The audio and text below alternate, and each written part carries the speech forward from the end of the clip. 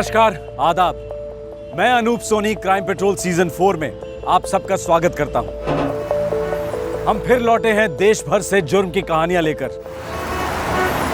ये real life cases हम सिर्फ सनसनी फैलाने के लिए आप तक नहीं लेकर आ रहे हैं। हम चाहते हैं कि आप, हम और सारा भारत देश इन केसेस से सीखे और हम सतर्क रहें। इस सीजन के केसेस में जो जाने गई वो बच सकती थी, जुर्म रोका जा सकता था। हर जुर्म होने से पहले दस्तक देता है, पर अक्सर कान सुन नहीं पाते, और कभी सुन भी लेते हैं तो उस दस्तक को पहचान नहीं पाते।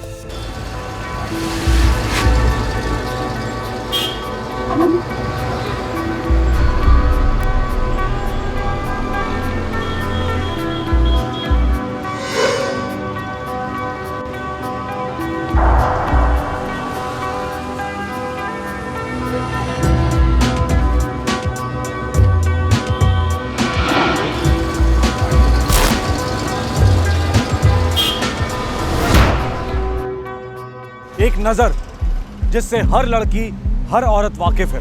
वो उसे महसूस तो करती है, घिन भी आती है, लेकिन उसे पहचानने से झिझकती है। यह कहकर टालती है कि वो आदमी पागल है।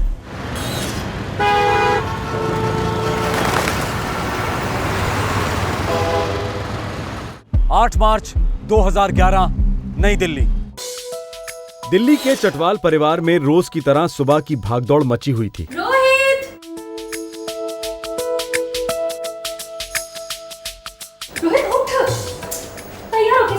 सुबह की पहली किरण की तरह 20 साल की सारिका इस घर में जिंदगी बिखेरती थी। सारिका, हम रोहित का डब्बा बैग में डाल देना। हाँ भैया। दोनों भाइयों का एक माँ की तरह ख्याल रखती थी। सारिका की बच्ची। अपने पिताजी के जिगर का टुकड़ा और अपनी माँ की सबसे खास सहेली सारिका चटवाल परिवार की धड़कन थी। सारिका अपना ये रूटीन निभाकर ही कॉलेज जाती थी। ओके पापा, बाय बाय। बाय बेटा। बाय मम्मा। बाय बेटा। 8 मार्च 2011 अंतर्राष्ट्रीय महिला दिवस था। सारिका अपने परिवार को टाटा बोलकर अपने कॉलेज के लिए निकल पड़ी। उसी दिन सारिका को अपनी जिंदगी से भी अलविदा कहना पड़ा।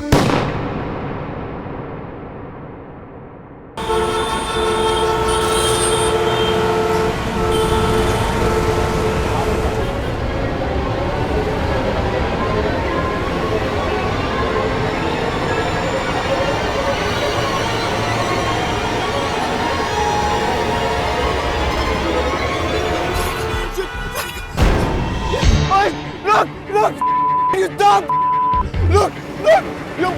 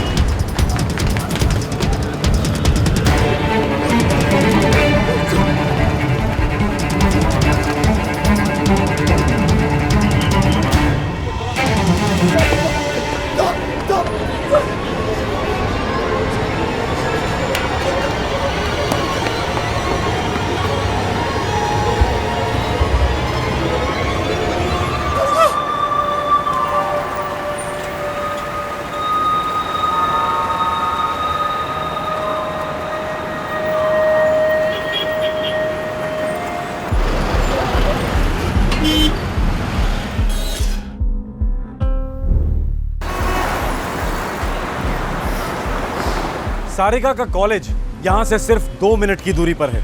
ऐसे महफूज माहौल में सारिका की दिन दहाड़े हत्या कर दी गई। सिर्फ सारिका का परिवार ही नहीं, बल्कि सारी दिल्ली इस हत्या से हिल गई।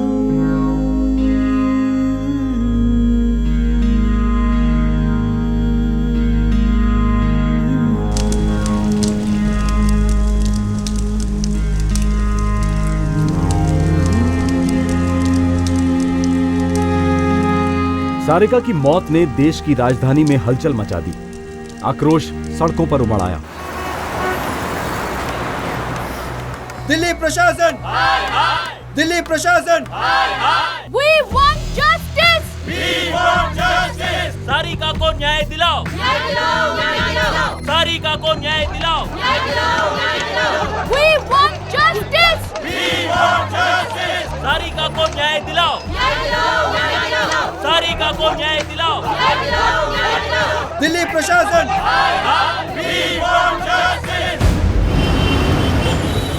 जिस इलाके में सारिका की हत्या हुई थी, वहीं पर 5 महीने पहले इसी इलाके में एक बीपीओ की महिला कर्मचारी का चलती गाड़ी में बलात्कार हुआ था। जनता के रोष का सबसे बड़ा निशाना दिल्ली पुलिस बनी। जरूरत पड़े तो सारा शहर घोट डालो, जो मर्जी करना है करो। I want this man. Pressure बहुत ज्यादा है और समय बहुत कम। दिल्ली पुलिस के सबसे होशियार और जाबाज ऑफिसर्स और कांस्टेबल्स की टीम्स तैयार की गई। सभी टीम्स का एक ही मात्र लक्ष्य था, सारिका के हत्यारे के गले में कानून का फंदा।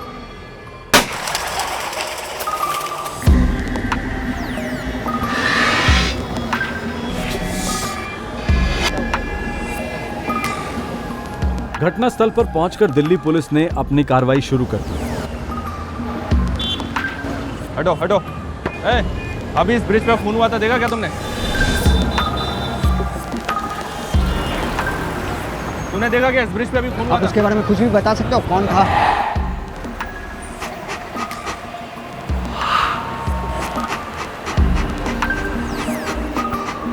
देखा कई लोगों ने, पर शक्ल किसी को ठीक से याद नहीं। याद नहीं या फिर याद करना नहीं चाहते? कोई सामने नहीं आना चाहता। शेरा एक पॉइंट के बाद आगे नहीं बढ़ पा रहा है। शायद सड़क पर बहुत भीड़ थी, इसलिए बौखला गया है। इतना भीड़ भाड़ वाला इलाका है और किसी ने भी कातिल को नहीं देखा।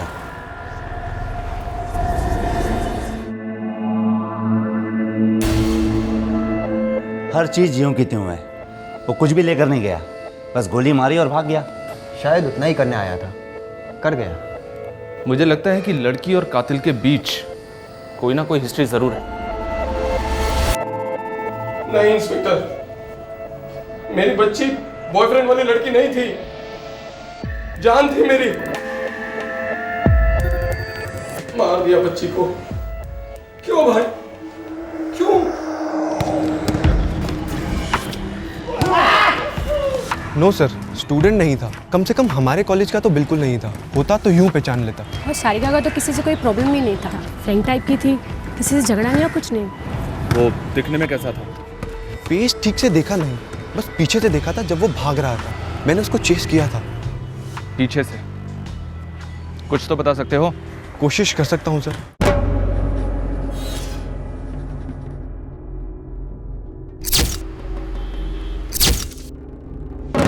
सारिका के दोस्त आशीष ने कातिल का हुलिया बताने की पूरी कोशिश की।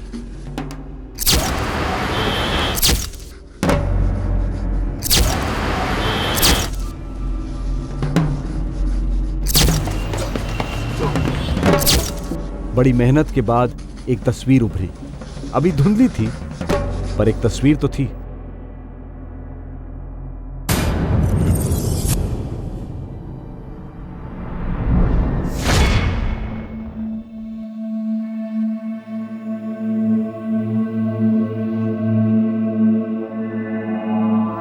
कौन है ये? हम इसे नहीं जानते। मैं भी नहीं बता सकता। I really don't know.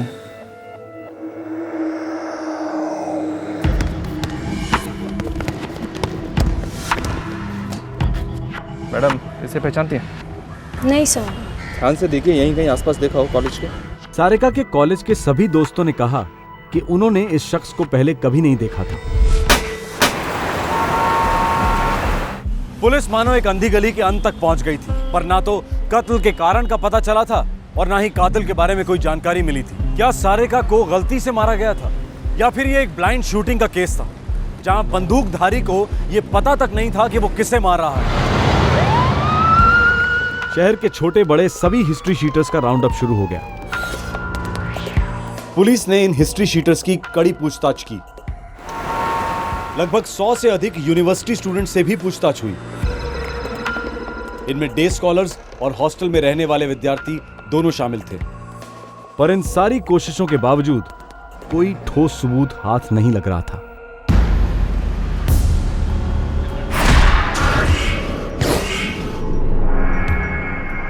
अब बहुत बड़े पैमाने पर सारिका के कातिल के लिए जाल फैलाया गया।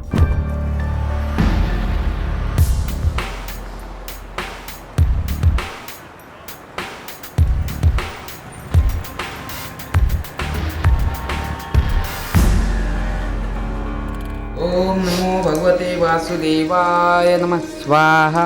ओम नमो भगवते वासुदेवाय नमः स्वाहा। ओम नमो भगवते वैकुंठाय। सारिका का परिवार इस गहरे सदमे से बाहर नहीं आ पा रहा था। उन्होंने कभी सपने में भी नहीं सोचा था कि वो सारिका को इस तरह खो देंगे।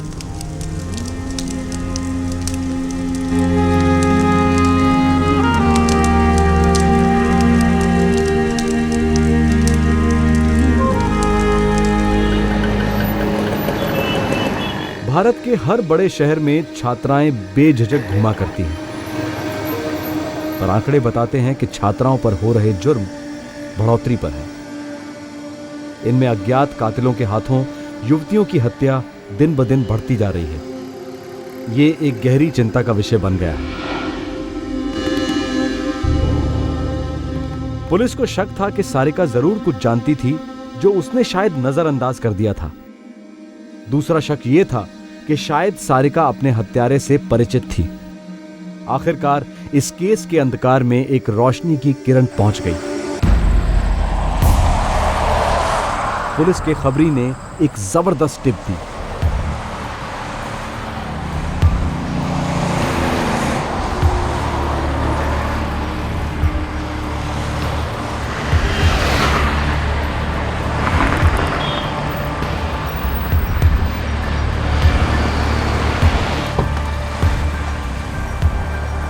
सलाम साहब। बोल साहब, कुछ बातें हो रही थी साहब। क्या बातें हो रही थी साहब? जो तस्वीर आपने बनाई है ना साहब, उसको कुछ लोग शायद जानते हैं। कौन है वो लोग? साहब, नारायणा इलाके के 3 लोग हैं साहब। ये नारायण तो वही इलाका है ना जहाँ वो सारिका रहती थी? वही तो साहब। थाने आएंगे वो लोग? कोशिश करूंगा साहब। बेटा, कोशिश करने के पैसे नहीं मिलते। जी साहब। समझा? थाने आने ही चाहिए। जी साहब। ठीक है, सलाम साहब। चल जा।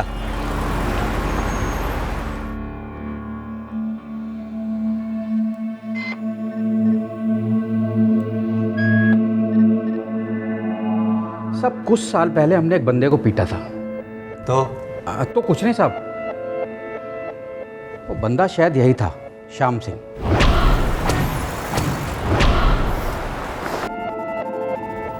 क्यों पीटा था? साहब, हमारे नारायणा इलाके की एक लड़की को ये कमीना रोज छेड़ता था। कौन थी वो लड़की? यही थी साहब।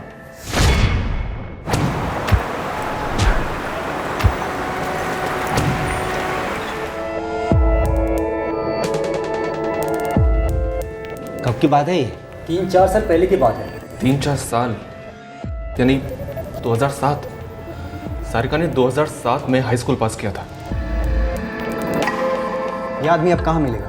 साहब, ये नारायणा में कपड़े की फैक्ट्री में काम करता है। तुम्हें कैसे पता? साहब, जिस दिन इसकी पिटाई की ना, इसके 2 साथी वहाँ पर आ गए। वो भी इसके साथ वहीं कपड़े की फैक्ट्री में काम करते थे। उन्होंने आकर इसे बचा लिया और ले गए, वरना तो इस दिन उसकी खैर नहीं थी।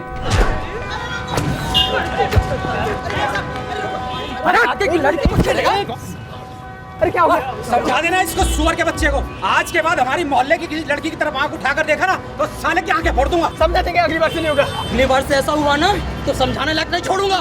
देखता क्या? चल निकल साला। चल ना। तुम्हारे भी साला। चल तेरी साले यहाँ से। अबे चल ना। उसके वो दोस्तों का नाम क्या था? साहब, एक का नाम मुनीर और दूसरे का अफरोज।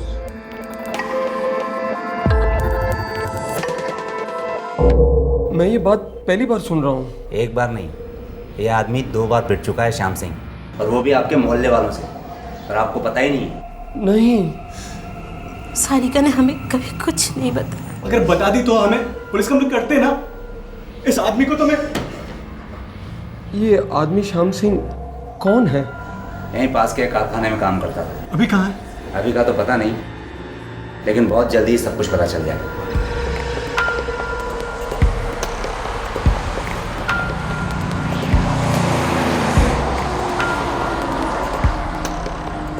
पुलिस ने अपने खबरी को काम पर लगा दिया।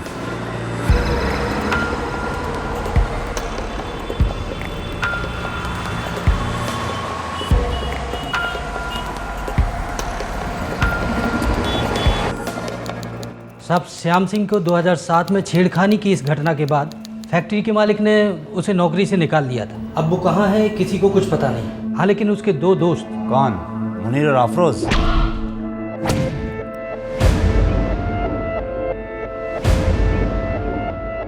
जी, वो दोनों रोहिणी में रहते हैं, लेकिन अब वो वहाँ नहीं है। 2 दिन पहले ही वो लोग गांव चले गए। यानी 8 तारीख को? जी। इन दोनों का इस कत्ल में कुछ ना कुछ हाथ होगा। सब मुनीर, अफरोज और श्याम सिंह, ये तीनों एक ही गांव के, सीतापुर, उत्तर प्रदेश। उत्तर प्रदेश? जी।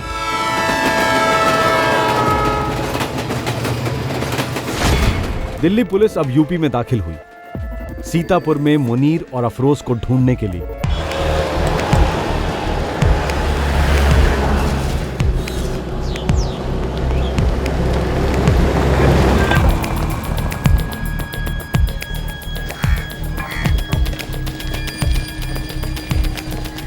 सर हमने कुछ नहीं किया, साहब हमने कुछ नहीं किया, मां की कसम मैंने। मुनीर और अफरोज ने ना भागने की कोशिश की और ना ही कुछ छुपाने की। डर के मारे उन्होंने सब कुछ उगल दिया। साहब, श्याम सिंह ने उस लड़की का कत्ल किया साहब। कैसे पता? उसने खुद हमें बताया था। कब? कत्ल के तुरंत बाद।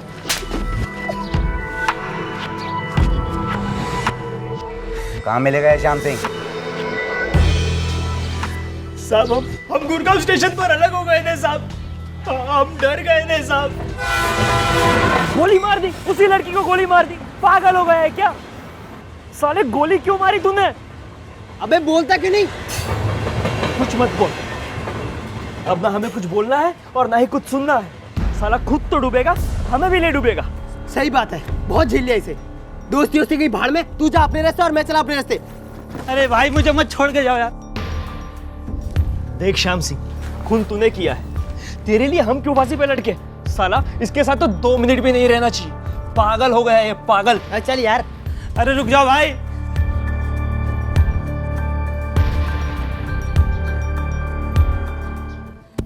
इस वक्त कहाँ मिलेगा? साहब मुंबई। मुंबई? हाँ साहब, कुछ सालों से मुंबई में ही रहता था। वो दिल्ली सिर्फ खून करने के लिए आया था? खुदा कसम साहब, अगर हमें पहले पता होता तो साले को अंदर लेते ही नहीं। साहब वो जनवरी में आया था, बहुत पुराना दोस्त था, बहुत समय बाद आया था, सो हमने भी रहने दिया। क्या कांड करके गया साहब? कुछ अता पता मुंबई का? नहीं साहब, हम लोग तो पहले मुंबई कभी गए ही नहीं है। मुंबई के बारे में कुछ नहीं पता। अबे साले कुछ तो बताया होगा मुंबई के बारे में, बातों बातों में। साहब वो एक जगह का नाम लेता था, नए गाँव। वहाँ कोई जगह है क्या नए गाँव?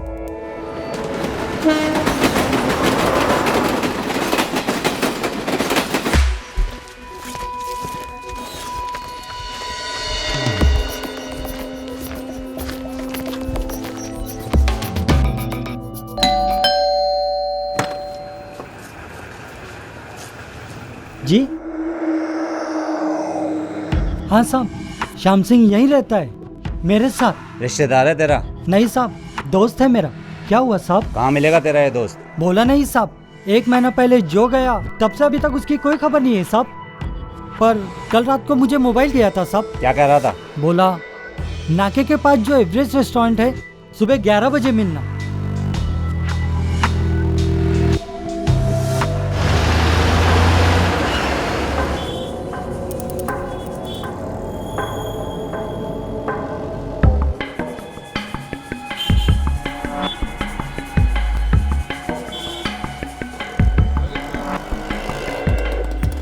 अगर श्याम सिंह नहीं आया ना तो तू चलेगा हमारे साथ थाने, समझा ना?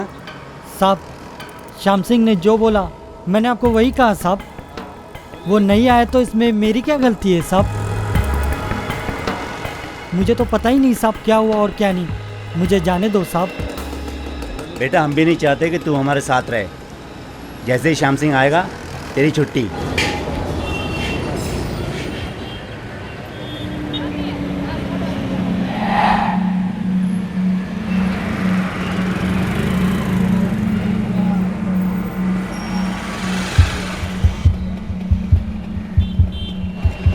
साहब वो रहा श्याम सिंह। वो? हाँ साहब। बस तू यहाँ चुपचाप करके खड़े रहे, चुप हो जा।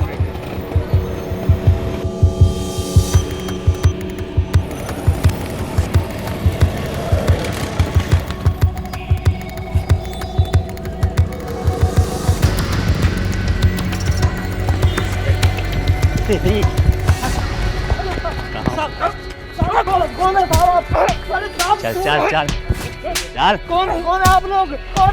तुझे बताते हैं। आप कौन हैं? चल चल। सारिका की हत्या के ठीक 4 दिन बाद दिल्ली पुलिस ने उसके हत्यारे श्याम सिंह को ढूंढ निकाला और उसे हिरासत में ले लिया। चौंकाने वाली बात यह थी कि श्याम सिंह को अपने किए पर रत्ती भर का भी पछतावा नहीं था।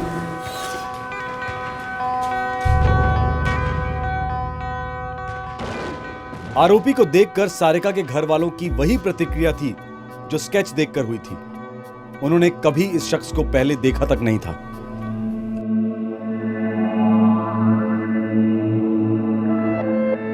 क्यों मारा सारिका को? सारिका? कौन सारिका? वही सारिका जिसको तूने गोली मारी।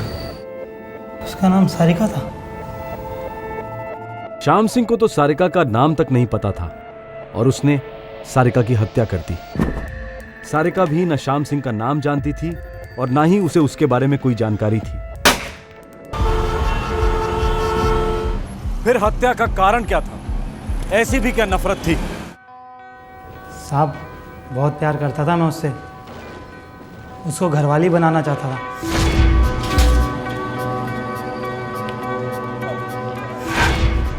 मुझे वो बहुत अच्छी लगती थी, बहुत खूबसूरत थी वो। मेरी घरवाली बनने के लायक थी वो।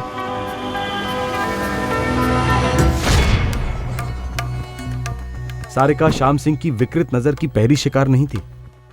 अपने गांव में भी श्याम सिंह अपनी बुरी नजर के लिए मशहूर था।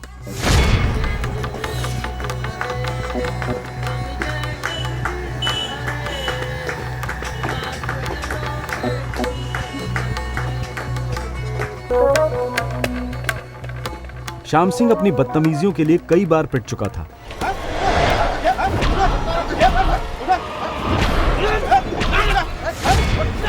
उसे गांव से तड़ी पार कर दिया गया। 2007 में वो अपने दोस्त अफरोज और मुनीर के साथ रोजगार की तलाश में दिल्ली आया। जिस कपड़ा बनाने की फैक्ट्री में श्याम सिंह काम करता था, वो फैक्ट्री सारिका के घर के बिल्कुल पास थी। साहब मैं तो बस रोज चुपचाप देखता था उसको, पता नहीं वो मुझसे इतना क्यों चिढ़ गई थी।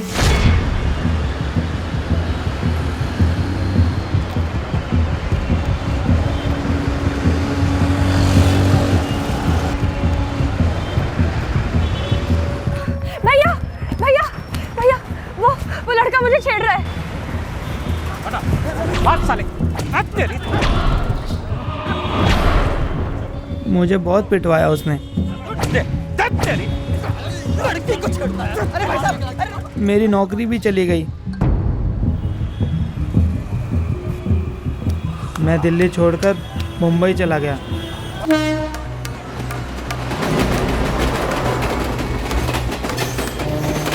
लेकिन मुंबई में भी वो बहुत याद आती थी मुझे। साहब मैं उसको बहुत प्यार करता था। वो मेरी घरवाली बनके बहुत खुश रहती साहब। उसको यही बात बताने तो मैं दिल्ली आया था। 1 महीने से तो मौका ढूंढ रहा था मैं। तो साहब जब मौका मिला तो मेरी बात मानने को तैयार नहीं थी वो साहब।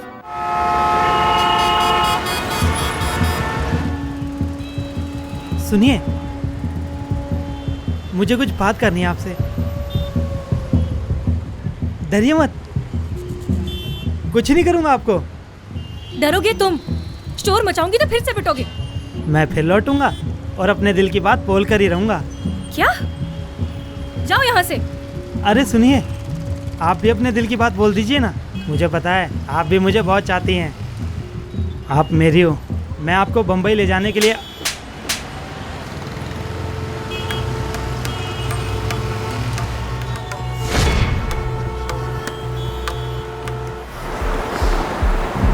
सारिका के कत्ल के 3 दिन पहले श्याम सिंह उससे मिला था। सारिका ने इस वाकये का जिक्र किसी से नहीं किया। उसे लगा होगा पागल आदमी है, अब नहीं लौटेगा।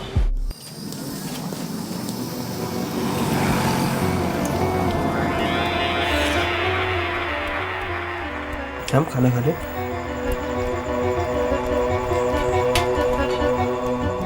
श्याम सिंह अंदर से चिढ़ गया था, सारिका से बदला लेने के लिए उतावला हो गया था। मैं उस लड़की को सबक सिखाना चाहता था। मैंने 2000 रुपये दिए और गुड़गांव से कट्टा खरीदा।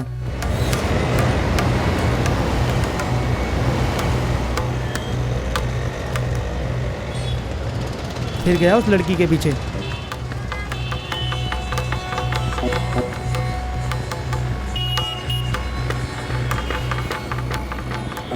पर सही मौका नहीं मिल रहा था।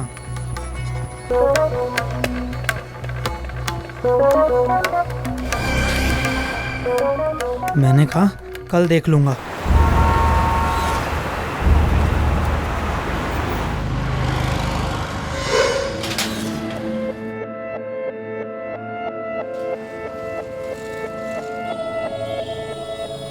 अगले दिन मैं उसके घर से ही उसके पीछे पीछे चलने लगा।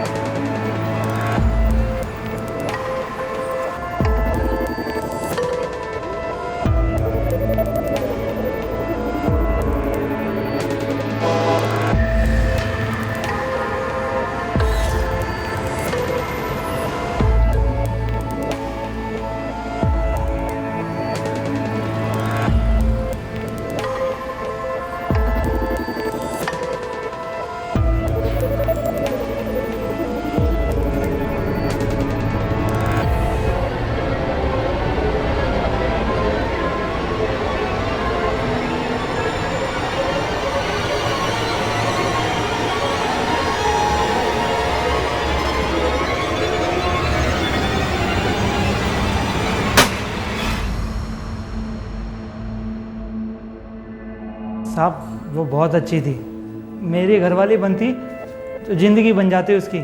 अब किसी और की घरवाली कभी नहीं बन पाएगी। श्याम सिंह की मानसिक हालत की जांच हुई। उसमें ऑब्सेसिव कंपल्सिव डिसऑर्डर नामक मानसिक विकार पाया गया। इस बीमारी में मरीज किसी एक व्यक्ति, चीज या विचार को चाहते हुए भी अपने दिमाग से हटा नहीं सकता। सारिका को पता नहीं था कि वो श्याम सिंह का ऑब्सेशन बन गई थी। उसे पता नहीं था कि वो श्याम सिंह के दिमाग में मानो एक पोस्टर की तरह चिपक सी गई थी।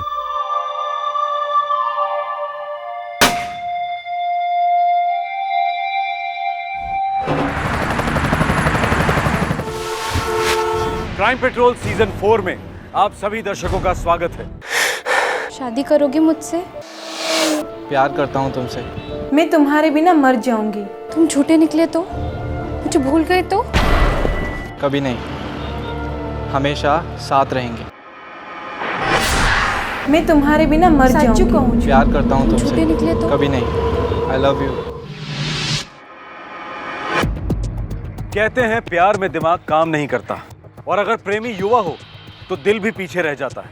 रह जाते हैं तो सिर्फ लावे की तरह उबलते जज्बात, जिन्हें गलतफहमियां और जलन और आग देते हैं। 21 नवंबर 2010।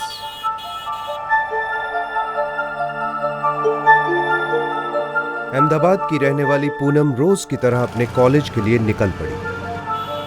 कॉलेज गांधीनगर में था। सुबह के 9 बजे थे। पूनम ने अपनी स्कूटी वहीं पार्क की जहां रोज करती थी।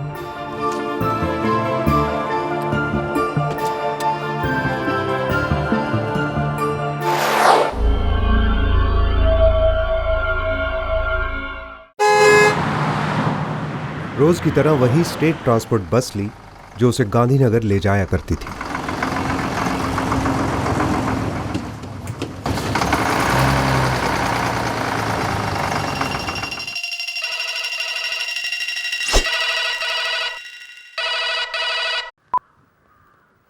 हाँ छोटी, बोल। भैया आज ना आने में थोड़ा सा देर हो जाएगी। क्यों? वो क्या है ना, मैंने एक असाइनमेंट कंप्लीट करनी है और मैं अभी लाइब्रेरी में हूँ भैया। ओके छोटी। अच्छा सुन, तुझे अगर पिकअप करना हो तो मुझे बोल देना, मैं आ जाऊँगा, ठीक है? और हाँ, घर आने में लेट मत करना, टाइम पर आ जाना। ओके भैया, लेट नहीं होगा। बाय। Okay bye.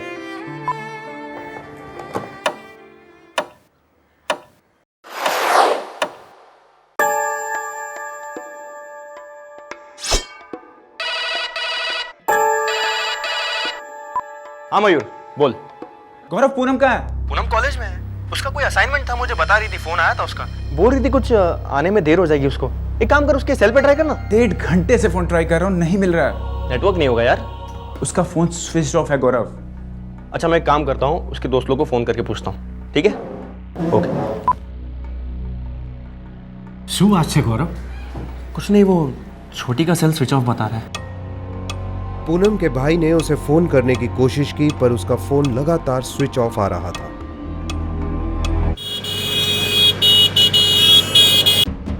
पूनम का भाई और उसके पिता पूनम की कॉलेज लाइब्रेरी पहुंचे और वहां उन्हें पता चला कि पूनम ने उन्हें फोन पर झूठ बोला था।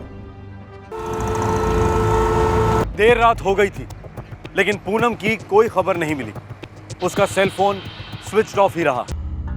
पूनम अपने परिवार से झूठ बोलकर कहां चली गई थी? नहीं गौरव भैया, पूनम लाइब्रेरी में नहीं थी, वो हमारे साथ थी।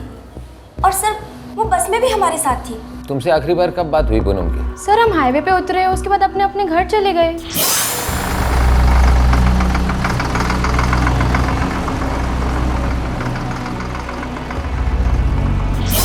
वहां से वो कहाँ गई होगी? सर, वो नॉर्मली मॉल की तरफ जाती थी और वहां से अपनी स्कूटी लेती थी और घर की तरफ चली जाती थी। लेकिन सर उसने मुझे 5:15 बजे फोन किया था और मुझसे कहा था कि वो लाइब्रेरी में है।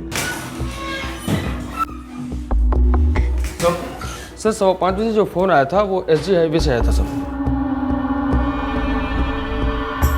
6 बजे पूनम का फोन स्विच ऑफ हुआ और 5:45 पर उसके सेल पर आखिरी कॉल आया और 5 बजे भी उसके सेल पर उसी नंबर से फोन आया था। सर वो नंबर मेरा है। एक्चुअली मैं उसको 2 बार फोन किया था। आप कौन? सर मैं पूनम का मंगेतर हूँ। लेकिन सर, मेरी बहन मुझसे झूठ क्यों बोलेगी? आपकी बहन है, आप मुझसे बेहतर जानते हैं। हो सकता है कोई परेशानी हो, कोई पारिवारिक झगड़ा हो।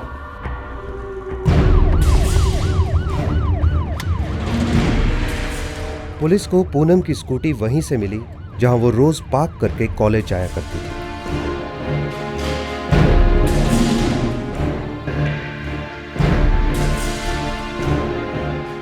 स्कूटी नहीं लेके गई, लगता है कोई और प्लान था उसका।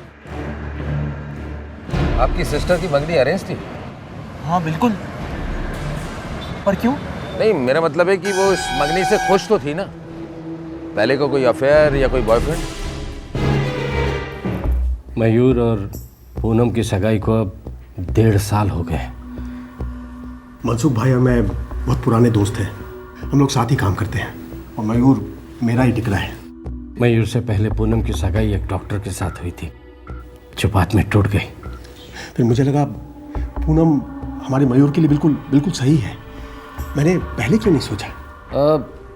एक बात बताइए, उस डॉक्टर के साथ आपकी बेटी की सगाई टूटी क्यों? क्या किसी और से प्यार करती थी? नहीं, वो मुझसे प्यार करती है। डॉक्टर से पहले बाद में कोई होता तो वो मुझे जरूर बताती। हम दोनों एक दूसरे के साथ हर बात डिस्कस करते हैं। वो मेरे साथ बहुत फ्रैंक है। आज से 3 दिन बाद मेरा बर्थडे है, 24 अक्टूबर को। उसने कहा था मैं तुम्हारे लिए कुछ स्पेशल अरेंज करूंगी। मुझे झूठ क्यों बोलेगी? इसका मतलब ये है कि वो अपने माँ बाप से बिल्कुल प्यार नहीं करती। अपने भाई से, जिसके साथ उसने झूठ बोला, हाईवे से फोन कर रही है और बोल रही है कि वो इस वक्त कॉलेज की लाइब्रेरी में है। उसके बाद तुमसे बात हुई, राइट? सर हमारे दिन में 10 या 12 बार बात होती है। एक बात बताओ, जब तुमसे उसके बाद बात हुई थी तो उसने बताया कि वो हाईवे से कहाँ जा रही है? अरे कहीं तो गई होगी, कुछ तो लिया होगा, ऑटो, टैक्सी, या फिर कोई उसे पिक करने आया हो। अगर उसे कोई पसंद भी आ जाएगा तभी वो भाग कर नहीं जाएगी। वो ऐसा नहीं कर सकती है। जब तुम्हारी उससे बात हुई तो उसने तुम्हें बिल्कुल नहीं बताया कि वो हाईवे से कहाँ जा रही है। इसका मतलब है कि वो कुछ ना कुछ छुपा रही है। अगले 3 दिनों तक पूनम की कोई खबर नहीं थी। पूनम और उसके मंगेतर की फैमिली शॉक में चली गई। उन्हें इस बात का यकीन नहीं हो रहा था कि शायद पूनम किसी के साथ भाग गई है। कहां थी पूनम और किस हालत में थी? अचानक 3 दिन बाद पूनम के बारे में खबर आई।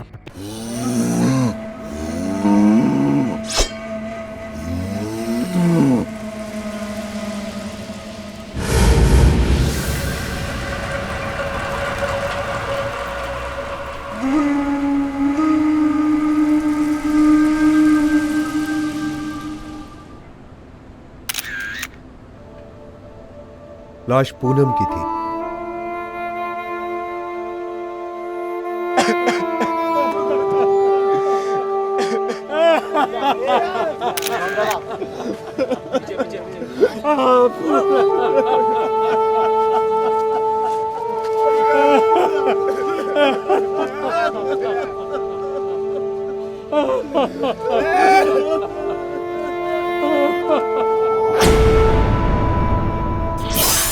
वॉच 12:45 पर रुक गई है।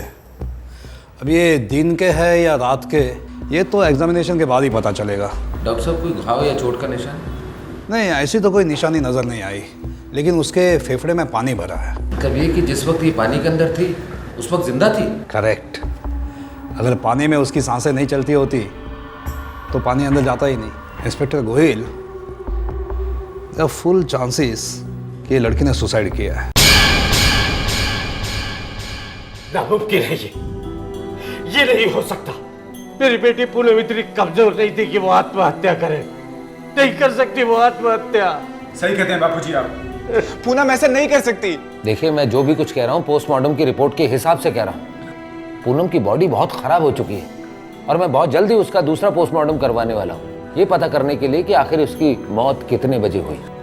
मुझे कुछ समझ में नहीं आ रहा। इतनी खुश थी वो। अभी कुछ दिनों पहले नवरात्रों में हमने धमाल किया था। उसने कहा था मैं तुम्हारे लिए एक सरप्राइज प्लान कर रही हूँ, और क्या मिला है मुझे? सरप्राइज। ये सरप्राइज मिला है मुझे, ये सरप्राइज। देखिए मिस्टर मयूर, अपने आप को संभालिए। हम आपकी मंगेतर पूनम को वापस तो ला नहीं सकते, मगर उसकी मौत का राज जरूर पता कर सकते हैं। संभालिए अपने आप को।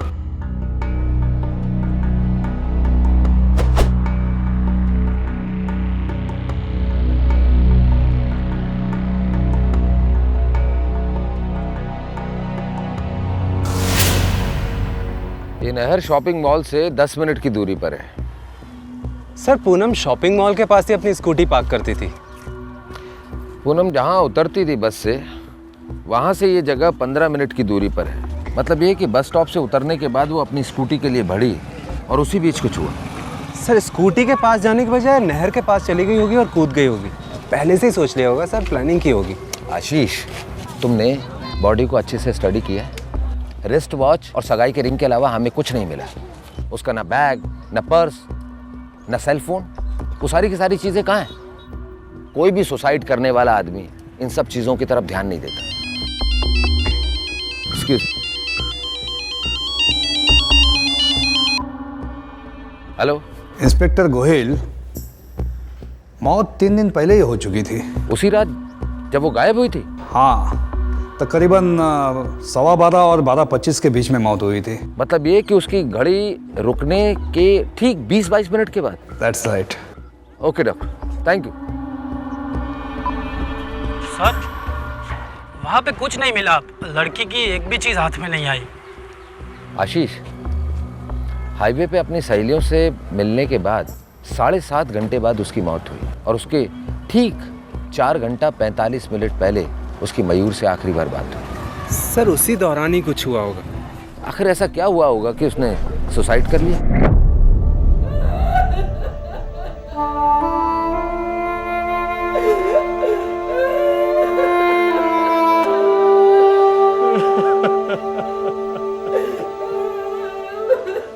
आत्मा कभी मरती नहीं है। एक शरीर से दूसरे शरीर में चली जाती है, दूसरे के शरीर में चली जाती है। ये रिस्ट वॉच मैंने उसको दी थी उसके लास्ट बर्थडे पर। वो कभी टाइम पे नहीं आती थी। रास्ते को टाइम से पहले ही चली दी है। पूनम ने आत्महत्या नहीं की कांति, जरूर कुछ गड़बड़ है। उसने आत्महत्या नहीं की। पोस्टमार्टम रिपोर्ट साफ साफ आत्महत्या की तरफ इशारा कर रही थी, पर पूनम का परिवार इस बात पर अड़ा रहा कि आत्महत्या का केस नहीं था। पुलिस अब दबाव में आ गई और इस केस में मर्डर का एंगल टटोलने लगी। पूनम की लाश मिलने से लेकर अगले 2 दिन तक यह केस मानो रोलर कोस्टर पर सवार था। एक से एक नए पहलू उभरे, हर तरफ कंफ्यूजन ही कंफ्यूजन था। नहीं सर, पूनम का कोई भी बॉयफ्रेंड नहीं था। मयूर से पहले उसकी एंगेजमेंट एक डॉक्टर के साथ हुई थी जो टूट गई थी। ये डॉक्टर कौन था, कहाँ का था, कुछ बता सकते हैं आप लोग? देखिए, पूनम के बारे में जान के मुझे बहुत दुख हुआ। सर, वो मेरा अतीत था। आज मैं हैप्पीली मैरिड हूँ, और वैसे भी हमारी सगाई टूटने के बाद हम दोनों के बीच कभी कोई रिश्ता रहा ही नहीं। ये सगाई क्यों टूटी डॉक्टर? वेल, मैं उस बारे में बात नहीं करना चाहता। आप पूनम के माता पिता से जाके क्यों नहीं पूछते? मैं आपसे पूछ रहा हूँ, और ये रिक्वेस्ट नहीं है, इन्वेस्टिगेशन है। देखिए, मैं अपने कानूनी अधिकार अच्छे से जानता हूँ। आप चाहे तो मेरे फ़ोन्स, मेरी डायरीज, मेरे स्केड्यूल वगैरह चेक कर सकते हैं, पर मैं कोई पर्सनल बातें नहीं करना चाहता। प्लीज़। सर, मयूर बहुत प्यार करता था पूनम से, मंगेतर थी उसकी। मयूर की कोई और गर्लफ्रेंड थी? मतलब सर, पूनम के साथ साथ में? हाँ, साथ में या उससे पहले? नहीं सर, साथ में तो मुझे नहीं लगता, पर हाँ जब हम हाई स्कूल में थे तब एक थी सर। कौन? जी, एक लड़की थी सर। लड़की? Thank you. उसका कोई नाम था? सोनल। हाँ sir, Sonal Ganatra. Thank you. Doctor मुझे ठीक लगा सर, साफ बात करता है, कोई खोट मालूम नहीं होती। और वो लड़की सोनल गणात्रा, उसके बारे में कुछ पता चला? हाँ सर, दुबई में रहती है अपनी फैमिली के साथ। सोनल और मयूर हाई स्कूल में बॉयफ्रेंड गर्लफ्रेंड थे।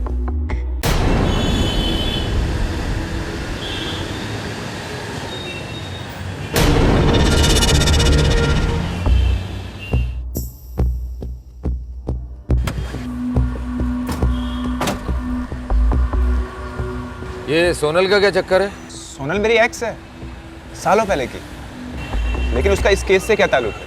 भाई, आप सारे लोग ये बोल रहे हो जोर देकर कि पूनम ने सुसाइड नहीं किया, मतलब कि उसका मर्डर हुआ है।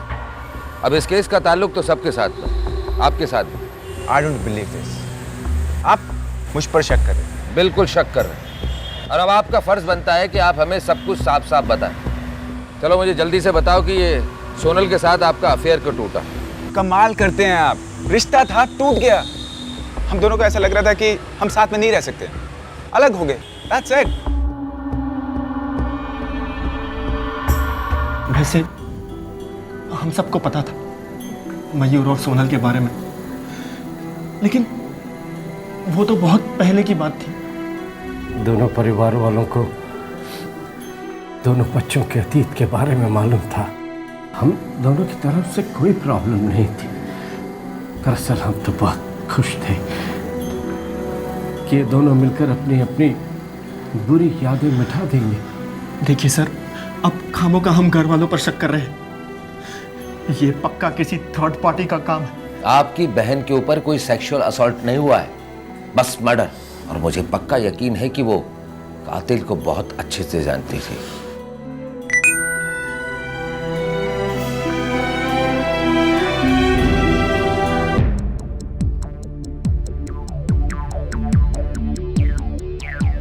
मुझे 10 मिनट का टाइम दीजिए। 20 ले ले, लेकिन वो जो मयूर, पूनम और गौरव की फेसबुक अकाउंट की पूरी डिटेल्स चाहिए। फेसबुक युवा पीढ़ी की सबसे पॉपुलर सोशल नेटवर्किंग साइट है, मतलब इंटरनेट पर अड्डा। और इस केस को सुलझाने में यह अड्डा काफी महत्वपूर्ण रहा। सर, मुझे तीनों के फेसबुक अकाउंट की सारी डिटेल्स मिल गई है। मयूर लगातार सोनल के टच में रहा है। हाँ सर। सारी गलती तुम्हारी है मयूर। अगर तुम मुझे अपनी ज़िंदगी में वापस चाहते हो तो तुम्हें हम दोनों में से एक को चुनना होगा, और जल्दी चुनना होगा। सर, ये तीसरा मैसेज देखिए। ये मयूर ने अपने दोस्त हितेन को भेजा है। यार हितेन, तू प्लीज सोनल को फोन करके बोल कि मुझे कुछ दिनों के लिए फ़ोन ना करे। सर, ये हितेन काम का लड़का लगता है। राइट, बुलाओ सर।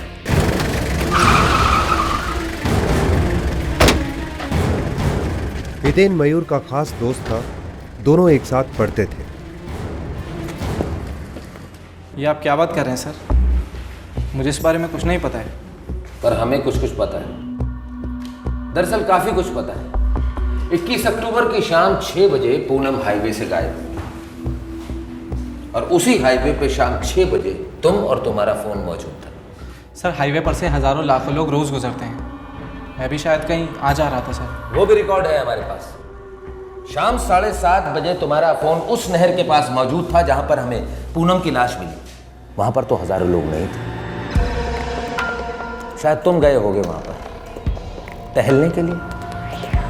दरअसल मुझे तुम पर बहुत ज्यादा शक है और कानून मुझे इजाजत देता है कि मैं तुम्हें इसी वक्त गिरफ्तार कर लूं। आगे की सारी जिंदगी बर्बाद हो जाएगी। नहीं सर, सर प्लीज मेरा विश्वास कीजिए। सर, मेरा पूनम से रियल में कोई वास्ता नहीं था। मयूर और सोनल के साथ तो है। मयूर ने तुमसे कहा था कि फेसबुक पर तुम सोनल को ये कहो कि वो 2-4 दिन तक तुमसे बात ना करे। अब तुम कहोगे कि ये फेसबुक झूठा है। दरअसल तुम झूठे हो हितेन। सर, मयूर नहीं चाहता था कि उस पर कोई डाउट जाए। किस तरह का डाउट? यही सर। किस तरह का डाउट? मयूर इन्वॉल्व है सर। पूनम के गायब होने में मयूर का हाथ है सर। जो सच सामने आया वो सिर्फ कड़वा नहीं, जहरीला था। इस सच ने पूनम और मयूर दोनों के परिवारों को जीते जी मार दिया।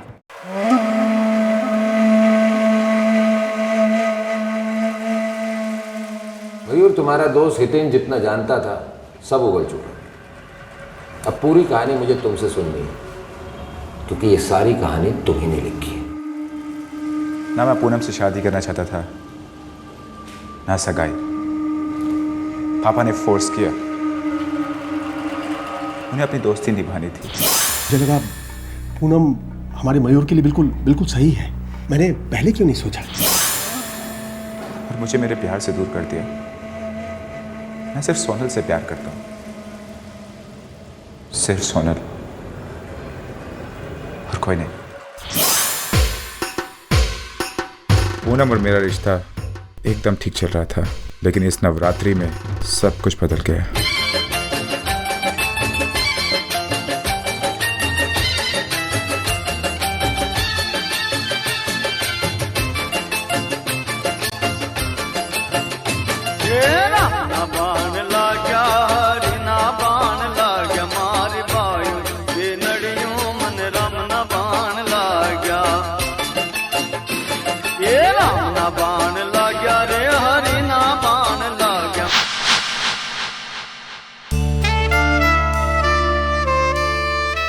इस नवरात्रि को मैं सोनल से टकरा गया अचानक। हम 2 साल बाद मिल रहे थे। 2 साल में कुछ नहीं बदला था। हम दोनों उतने ही सीरियस थे जितने पहले थे। हम दोनों सिर्फ एक दूसरे के लिए बने थे। हमारा एक होने का टाइम आ गया था। Hello mister time to time. मैंने अपनी घड़ी 10 मिनट आगे कर ली है। अब आगे से कभी लेट नहीं होगा, पक्का। पूनम, बात करनी है जरूरी। हमारे पास पूरी लाइफ पड़ी है मिस्टर मयूर। अच्छा बोलो। तो ये बताओ, अगर हमारा ब्रेकअप हो गया तो? देखो मयूर, ऐसी बात तुम मजाक में ही मत करना दोबारा। हम दोनों बहुत अच्छे से जानते हैं कि ब्रेकअप का क्या मतलब होता है। Just cool, relax. मैं मजाक कर रहा हूँ, बस मैं जनरली पूछ रहा हूँ तुमसे। अगर हो गया तो मैं पक्का सुसाइड कर लूँगी, 100% कर लूँगी। वो मैं करने ही दूंगा, ठीक है? पूनम से छुटकारा पाने का मेरे पास कोई रास्ता नहीं था, और सोनल के पास जाने का कोई रास्ता नहीं था। इसीलिए तुम गलत रास्ते पर चल पड़े। ये स्पेशल तेरे लिए। 1 सेकेंड। हाय, अभी आधा घंटा पहले ही तो फ़ोन किया था। क्या बात है, आज बड़े फ़ोन पे फ़ोन आ रहे हैं। प्यार आ रहा है। चुप पागल। अच्छा सुनो, मूवी चलें अभी? अभी? हाँ अभी। ना बाबा, हमारी सगाई हुई है तो क्या हुआ? पता है जब भी घर जाती हूँ हर बात में मम्मी डैडी पूछते हैं कहीं नहीं गई थी, शू करी हूँ, कौन कौन साथ था। अगर मूवी देखनी है तो पहले शादी करनी पड़ेगी। अच्छा लिसन, हम ऐसा करते हैं, अभी चल के शादी कर लेते हैं और उसके बाद सुहाग रात हम सिनेमा हॉल में बनाते हैं। चुप पागल। वैसे कौन सी मूवी का प्लान है? कोई भी। वैसे पिक्चर देखनी किस टाइम? मुझे ना तुम्हारे इरादे साफ साफ दिख रहे हैं मिस्टर मंगेतर। मैं चली घर, अब मिलते हैं मंडप में। अरे सुनो, मैं मजाक कर रहा हूँ। एक्चुअली हितेन मेरे साथ बैठा हुआ है और उसके पास मूवी की 3 टिकट्स हैं। सो प्लीज तुम जल्दी आ जाओ प्लीज। पर घर में क्या बोलूँगी, कोई नहीं मानेगा। घर पे कुछ भी कह देना, बोल देना कि आज कॉलेज में असाइनमेंट है, एक्स्ट्रा क्लासेस है, तुम कुछ भी कह सकती हो प्लीज। मुझसे झूठ नहीं बोला जाता। सफेद झूठ है ये, ओके? प्यार करने वाले इतना झूठ तो बोल सकते हैं। तो प्लीज मैं तुम्हारा वेट कर रहा हूँ। Poonam I love you, please तुम आ जाओ। ओके, ट्राई करती हूँ। Okay, see you there.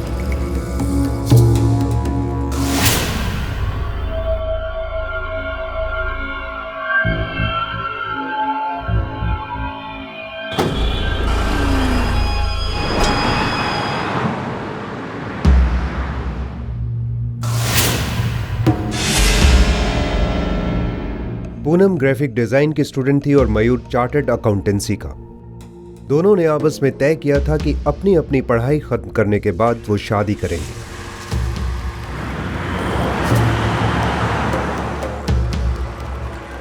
पर पूनम इस बात से बिल्कुल अनजान थी कि सोनल मयूर की जिंदगी में लौट आई थी और मयूर ने जिंदगी के प्लान्स बदल दिए थे। पूनम, पानी।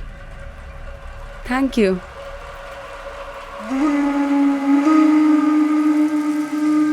पानी में नींद की गोलियां मिलाई गई थी, पर पूनम अपने मंगेतर, अपने प्यार पर क्यों शक करती?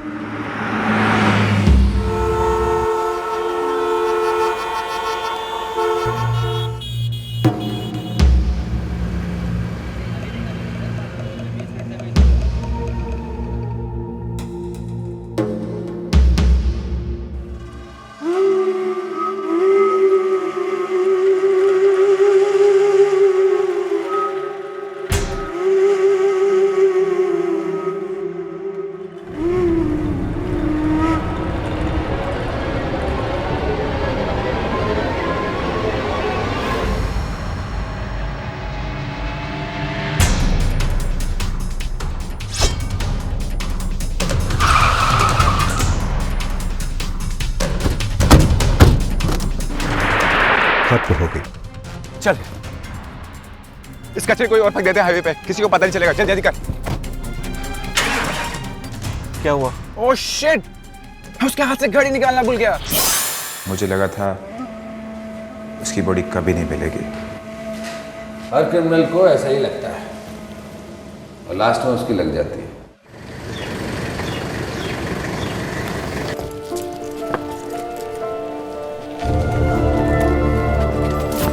साले पसंद नहीं थी तो एक बार बोल दिया होता।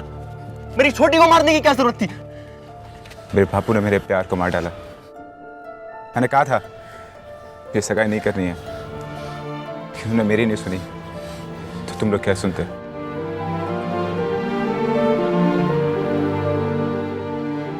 जबरदस्ती नहीं करनी चाहिए थी।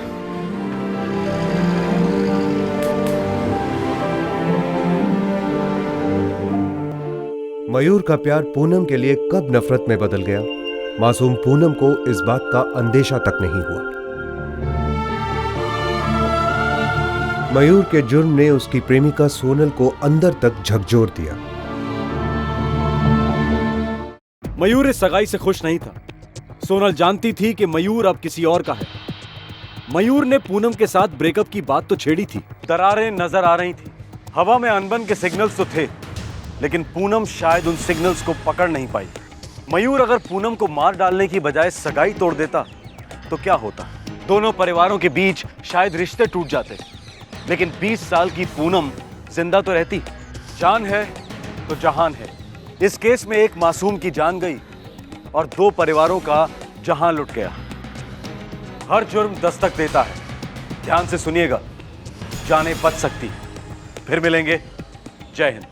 इस तरह के और भी एपिसोड देखने के लिए हमारे चैनल को सब्सक्राइब करें और बेल आइकन दबाना ना भूलें।